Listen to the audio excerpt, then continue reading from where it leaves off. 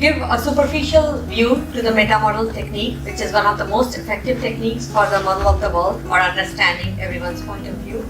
And the key things in the meta model is building rapport, because people get so much information and so many things happening from different sources that unless you have a rapport, they're not going to listen to you. Have the respect for other person's point of view. We might have different perspectives, like guys might have heard the story of 8 blind men who were trying to explain what an elephant looked like. So the one who was touching the trunk was saying, no, it looks like the trunk. The one who was touching the tusk said, no, it looks like the tusk. Whereas the one who was touching the ears saying it's like the ears, or the one touching the legs was saying the legs. It's not that any of them were wrong, because all were the parts of the elephant, but everyone had their own point of view based on their own experience with the elephant. The same way we have to respect the other person's right to their own views, and we have to have clarity about the outcome. And most of the time, if we are taking on a project, like when we came here today for recording, we had the clarity about the outcome. Okay, we will get some recording done today, right? And answer some questions. And the ability to recognize and respond to non-verbal communication. Okay, tell me, what do I look like? Contracted and afraid. Defense. Yeah. And do I look happy? And how do I look like? Okay. And can you confident? Okay. So same way, like we have to respond to non-verbal communication. See, you guys were able to make that out without me saying a single word, right? Just with my body language, how I was standing, and the ability to listen thoroughly. So many times when we talk to people, even though they are there, like appear to be listening, the thought inside their head is, okay, how am I going to respond to that? So they are not really listening. So in order for us to really understand someone or build a rapport, we have to really understand their point of view. So we have to not think about how we are going to respond. We have to be 100% present in the moment for them. And the awareness of naturally occurring anchors. Like sometimes the anchors are the ones which we can call at any given moment, which might trigger us. Like for example, if you're driving on the road, if someone cuts you in the front, someone else will start driving more slowly. Okay, I don't want to get into an accident, and let it go. Whereas someone else might stop their car right in front and get out and start shouting. Because for them, the trigger is, if someone cut me off, then that means they don't like me, or they want to are angry at me or something like that, and so they want to respond back. Whereas the person who went away quietly, it's that, okay, everyone has a bad day, maybe that person is having a bad day, that's why they cut in front, and then just go away. And then, like one of the, I would say and many of the times when people don't take care of these negative anchors when something happens, that's when they get the PTSD, and then they suffer for the rest of their life, even though the event happened long time ago.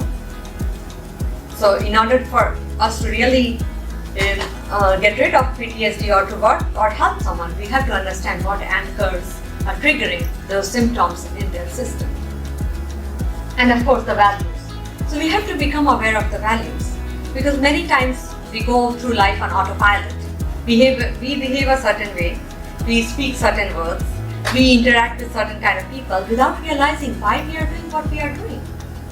For some people, in the morning when they get up, they'll just get dressed and go to work and later on do the rest of the stuff. Whereas someone who has a ritual, they'll first meditate, they will write their journal, they will do some exercise, they will eat some healthy breakfast before leaving. So basically, they have different values.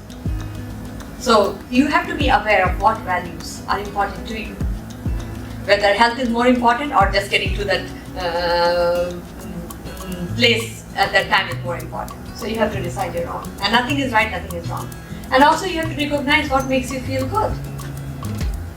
Like sometimes when you are with some loved one, you feel very, very good. Whereas in some other circumstances where you are out of your comfort zone and you are not confident, or that day you are having a low day, then you are not feeling good. So you have to, even when you interact with people, once you are out of that interaction and on your own, even if you are driving back or coming home, just think, how did that person make me feel?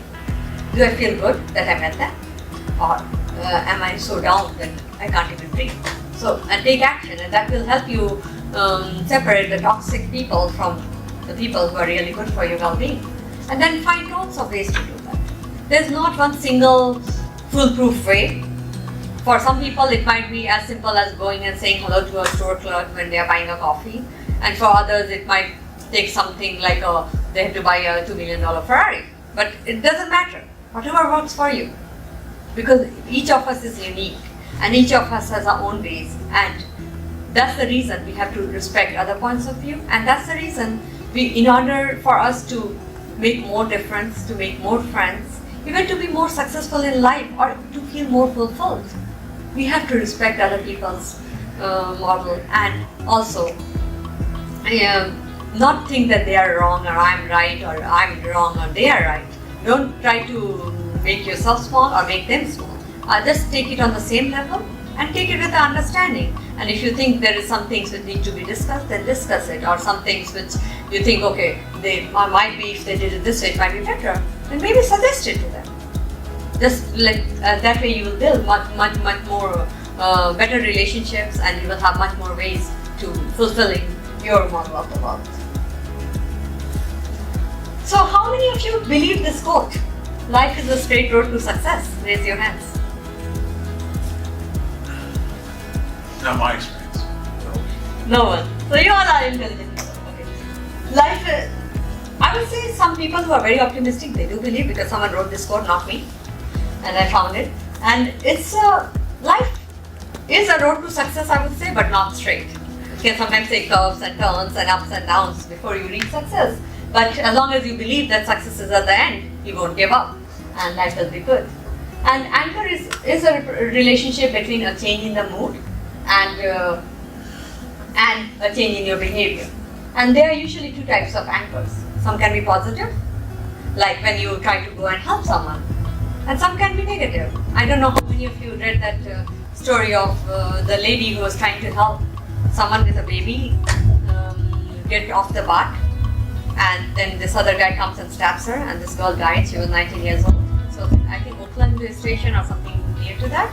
So that had both types of anchors. The lady who was trying to help this woman with the stroller to get down before the train left off was doing it out of her own goodwill, whereas this other person, I guess maybe they were more significance driven and they didn't like the fact someone else is helping that, so they just got up, stabbed her, and she died.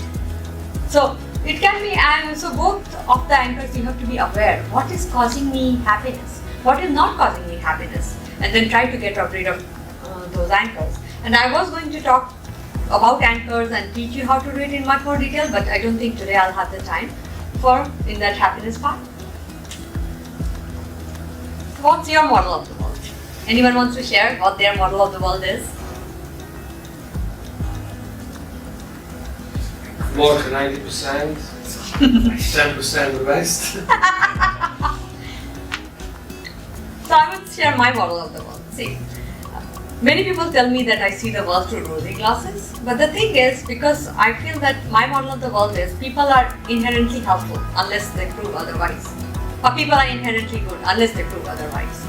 So I try to give everyone a chance, or 3 chances, that's the max, before I decide, okay, they are toxic people or not toxic people kind of thing. But in my model of the world, I would say, because I believe that people are inherently good and helpful, I attract lots of those people into my life.